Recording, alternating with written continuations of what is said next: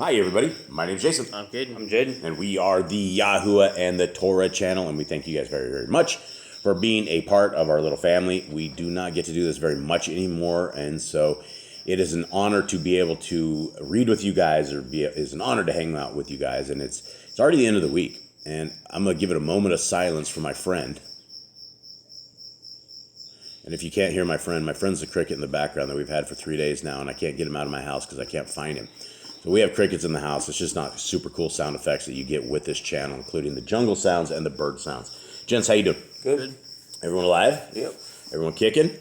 Okay. All right. Let's take a look at this, guys. This is Yah Scriptures, available right now. Shipping will be, it's already moving from China. So the second we get it into our hands, hopefully this month, it will be shipping out. It's $70. It is 100 and, how many pages is it again? I forgot how many pages. It's a lot. 3,153 pages. Printed pages on there. And some other stuff as well. With the restored name of our creator, his son. And it's got a really cool shofar on the back. So I got to read my first scriptures this Shabbat. I was really, really happy with everything. It is a very good read. It is a big book. A warning to everybody. It is a big, big book. So it's a lot different than the smaller ones. You might want a table for this one. Okay, so here we are, everybody. We are into the world of Israel. We are almost done with the book, the first book of Kings. And I wanted to give anybody a quick recap on this for what the Kings are and where we're at right now. And so the book of First Kings, the verse of First Kings, I think it comes around here. Isn't Rehoboam the first king in First Kings? Is there somewhere around there? That's Solomon. Solomon dies? Well, no, I think it starts with David, and okay. Solomon takes over, and then it's Rehoboam. All right, yeah. So First Kings is literally the book of all of these kings, and they go from the what they call the north side and the south side. Judah was the south side, and Israel was the 10 northern kingdoms. And so this is the life of them, and right now we are still with Achab. And so let us take a quick recap. Gents, what do we have? Anybody wants to recap from the previous chapters? Where do we get to where we're at right now? And let's read forward. Anyone? So we're at the time of the kings where basically the two kingdoms split between Israel and Judah. Rehoboam sinned a lot, and so Yahuwah stripped the reins away from him, and he only got half of, basically only got one tribe, which is basically half the size of Israel. And then there was one other person who got the 10 tribes of Israel. So the kings all... That was Jeroboam. It was Jeroboam, yep. Okay. He was the first, and then he did wickedness, and his generations, they start getting killed, the people start taking over, and all the kings of Israel start doing wickedness. The kings of Judah, they're always going to be David's lineage, and they are sin. There's a few good ones that come out of there, and then there's the ones that just keep doing evil, keep worshiping idols, and doing sacrifices to pagan deities.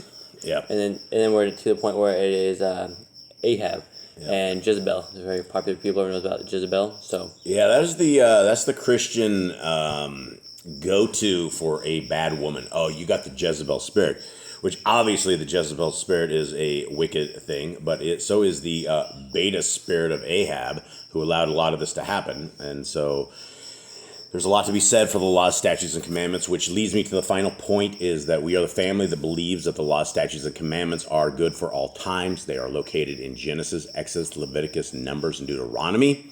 And they are pinpointed throughout the entire scriptures, and all the way to the book of Revelation. It says, if you want to be a child of the Most High, you need to obey the laws, statutes, and commandments, and have the faith of Messiah Yahushua, who most of you know as Jesus the Christ. But since there's no J's in Hebrew, I use his Hebrew name, which is Yahushua. Okay, so here we are, 1 Kings 22. And they continued 3 years without fighting between Aram and Yisrael. And it came to be in the 3rd year that Jehoshaphat, sovereign of Yehudah, came down to the sovereign of Yisrael. And the sovereign of Yisrael said to his servants, do you know that Ramoth of Gilead is ours, and we are keeping silent from taking out of the hand of the sovereign of Aram? And he said to Jehoshaphat, do you go with me to battle at Ramoth of Gilead? And Jehoshaphat said to the sovereign of Israel, I am as you are, my people as your people, my horses as your horses. And Jehoshaphat said to the sovereign of Israel, please first inquire for the word of Yahuwah. And the sovereign of Israel gathered the prophets, about 400 men, and said to them, do I go against Ramoth Gilead to battle, or do I refrain? And they said, go up, for Yahuwah gives it into the hand of the sovereign. And Jehoshaphat said, is there not a Nabai of Yahuwah besides, that we might inquire of him? Now, what do you guys think this guy saw? That there was 400 people that came, and these 400 people kind of said in unison, go ahead, go up. It's Yahuwah's going to give it into your hand. And Jehoshaphat's like, hey, wait, is there not a Nabai? Because a Nabai and prophets are, a Nabai, a Nebium.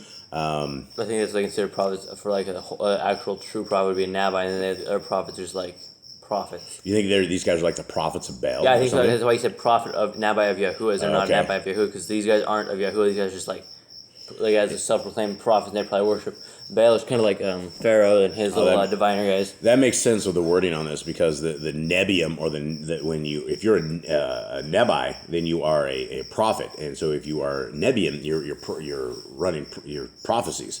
So yeah, these are probably the prophets of Baal. Okay, 8. And the sovereign of Yisrael said to Jehoshaphat, there is still one man, Mikiyahu, son of Yimlah, to inquire of Yahuwah by him, but I hate him, because he does not Nabai good concerning me, but evil. And Jehoshaphat, let not the sovereign say so. So the sovereign of Yisrael called an officer and said, bring Mikiyahu, son of Yimlah, at once.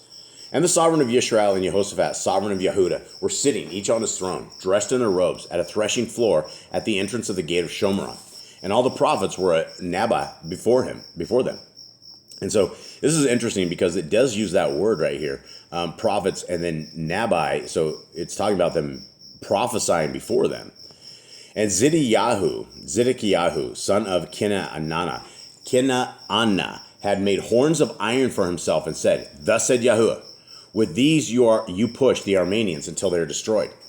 And all the prophets were prophesying so, saying, go up to Ramoth Gilead and prosper, for Yahuwah shall give it into the hand of the sovereign. And the messenger who had gone to call Mikiyahu spoke to him, saying, see, now the words of the prophets with one mouth are good towards the sovereign. Please let your word be like the word of one of them, and you shall speak good. And Mikiyahu said, as Yahuwah lives, whatever Yahuwah says to me, that I speak. And he came to the sovereign, and the sovereign said to him, Mikiyahu, do we go up against Ramoth Gilead to battle, or do we refrain? And he answered him, go and prosper, for Yahuwah shall give it into the hand of the sovereign. And the sovereign said to him, how many times have I made you swear that you do not speak to me except the truth in the name of Yahuwah? So he said, I saw all Yisrael scattered on the mountains, as sheep that have no shepherd. And Yahuwah said, these have no master. Let everyone return to his house in peace. And the sovereign of Yisrael said to Jehoshaphat, have I not said to you that he would not Nabai good concerning me, but evil? Then he said, therefore, hear the word of Yahuwah. I saw Yahuwah sitting on his throne, and all the hosts of the Shamaim standing by him, on his right and on his left. So this dude basically lied. For the first thing is like, we go up, he's like, yeah, go ahead, go up. Like he would let them all get slaughtered first for this. And then somehow the king knew, he's like, did I not tell you not to lie to me? Wait, okay, so let's go back to this. So why did this guy lie? Probably he's like, this guy hates him. He's like, this guy just wants to hear good things. What was the word? What happened right before that? What did that guy say? He said, please speak. Speak until he said, all these guys spoke with the same mouth. You need to tell him the same thing. Then it will be good with you. So this guy goes, oh, okay, well, and so the king goes, all right, this guy's obviously lying, because this says he never says anything good. So there's something going on here. Okay, does that make sense? Yeah, but I feel like he prophesied. If they get actually his word for this, they probably had to make him a false prophet. I don't think so. I don't see it like that. Kay, did you say anything? You good? No. I think he did what they said he would do. And I mean, he probably had it in such a way. He's like, look, everything's going to be just fine. Right? And they're like, no, it's not. Tell us the truth. What's going on? And so continuing on, 20. 20. And Yahuwah said, who shall entice Achab to go up and fall at Ramoth Gilead? And this one said, and another said that. And a spirit came forward and stood before Yahuwah and said, let me entice him. And Yahuwah said to him, in what way? And he said, I shall go out and be a spirit of falsehood in the mouth of all his prophets. And he said, entice him and also prevail. Go out and do so.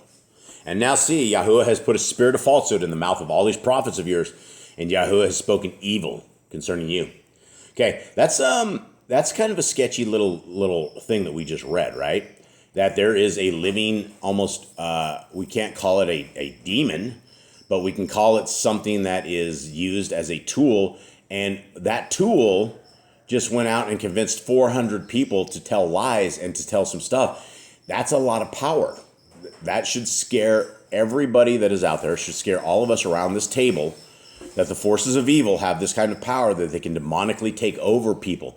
Like, this was a demonic possession, if you look at it, because you have 400 people telling a lie that they want these guys to die, right? And there was one dude that came out of it. So this is these devils and demons and unclean spirits, and it says a spirit of falsehood.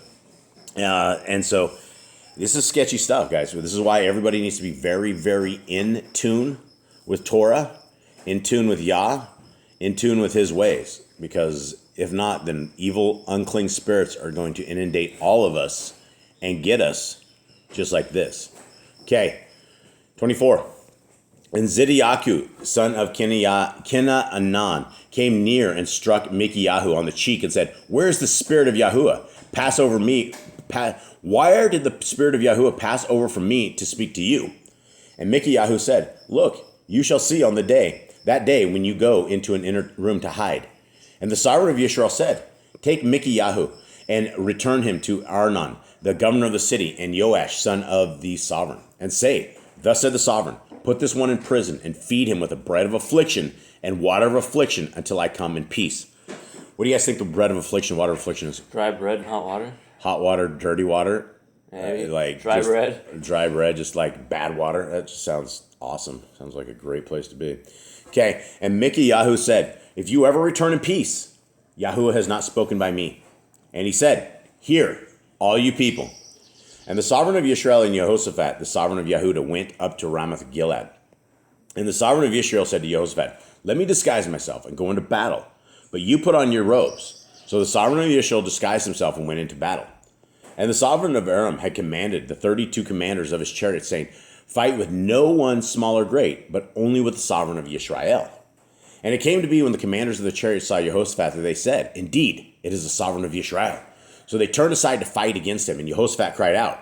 And it came to be when the commanders of the chariots saw that it was not the sovereign of Yisrael that they turned back from pursuing him. All right, what's this scenario look like, Jade? So this is like a lot of dudes all trying to like avoid a battle and try to kill one guy and get out of there. And then they realize that this guy isn't the actual king. Like, they probably know what he looks like, I'm sure, and they probably look quite a bit different. They had to get close enough to this guy to figure out it was not the other guy, right? And maybe one's taller, one's shorter. Maybe they have like. And these are chariots, and so you're not just going to be like flying chariots exactly right next to each other. I mean, you remember the movie Gladiator, right? The chariots and things. Obviously a movie, obviously satanic, but the only relation we can find to chariots that we know of. So it would be an interesting thing. Okay. So what do you make it when Jehoshaphat, he cried out? So he's got, "It's not me." You think that's what he cried out, something like that? I don't know. Because it says right after that, what were we on, 22 or 23? Yeah, on 33. No, we're not on 33. What? 22, chapter 22. 22 what? 22, 33. 33. My little Bible thing just took me to school. Okay. All right, so let's continue on. Somehow they figured it out and they quit. Okay, 34. 33 or 34. 30. And it came to be when the commanders, and I did it again. Dang it. This thing is so touchy. Sorry, guys. And it came to be when the commanders of the chariots saw that it was not the sovereign of Israel that they turned back from pursuing him. And a man drew a bow in his simplicity and smote the sovereign of Israel between the joints of his armor. And he said to the driver of this chariot, "Turn around and take me out of the battle, for I am wounded." And the battle increased that day. Sorry, guys. And the battle increased that day. And the sovereign was propped up in his chariot, facing the Arameans, and died at evening. And the blood ran out from the wound onto the floor of the chariot. That's a lot of blood. But Yeah, you would imagine that if you were in a chariot and you were injured, the blood would run to the floor. Yeah. It's not like a train or I don't know something. how big a chariot is. Like, you have to lay down here, sit down or something? I don't think this is a chariot. That would be like a U-Haul chariot. We're talking like, maybe one or two dudes tops. I don't think you're going to be laying down in this, and maybe sitting down as you have a driver, or you maybe sit against the wall. It's going to be a little. I don't know. I have no chariot experience there. Yeah. So I guess Mikiyahu prophesied right. Yeah, but that one dude, out of simplicity, the guy just drew a bow. The guy was probably out on the field or something like that, and he was really bored. And he threw his arrow up, bam, and went and shot him. Right? He probably wasn't even in the battle. He said out of simplicity. Okay, 36. And as the sun was going down, a shout passed through the camp, saying, "Each to his city and each to his land." So the sovereign died and was brought to Shomron, and they buried the sovereign in Shomron.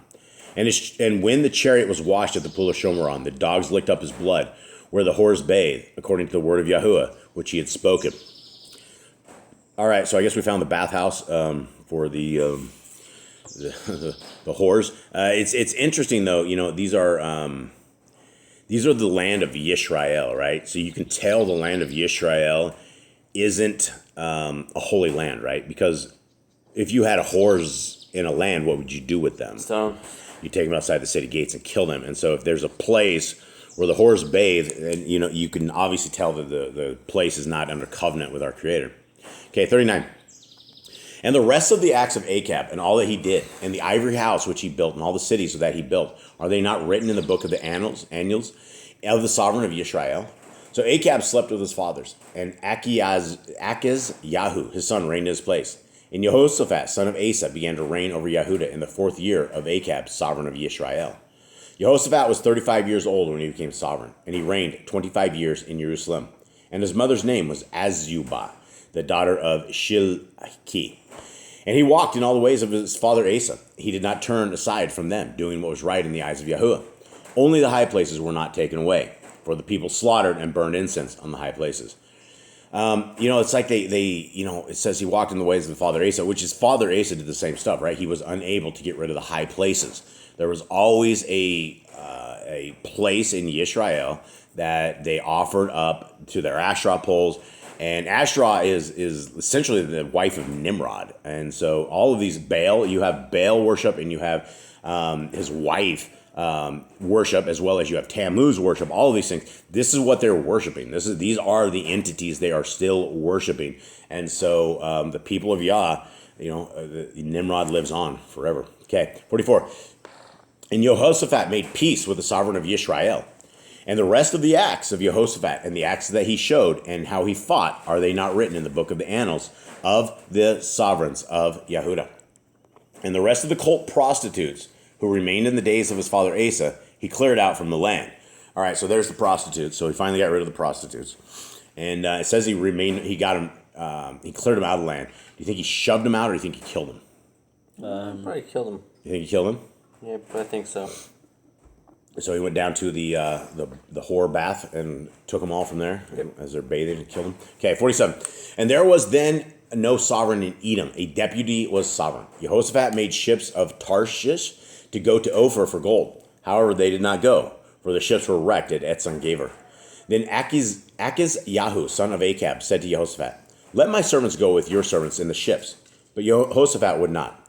So Jehoshaphat slept with his fathers, and was buried with fathers in the city of David his father, and Jehoram his son reigned in his place. Achiz Yahu, son of Achab, began to reign over Yisrael and Shomron in the 17th year of Jehoshaphat, sovereign of Yehuda, and reigned 2 years over Yisrael, and did evil in the eyes of Yahuwah, and walked in the way of his father, and in the way of his mother, and in the way of Jeroboam, son of Nevet, who had made Yisrael sin, and served Baal, and bowed down himself to it, and provoked Yahuwah Elohim of Yisrael, according to all that his father had done. So the problem is they just cannot get away from serving other deities for some reason. It's like it's in their blood. There's something about people.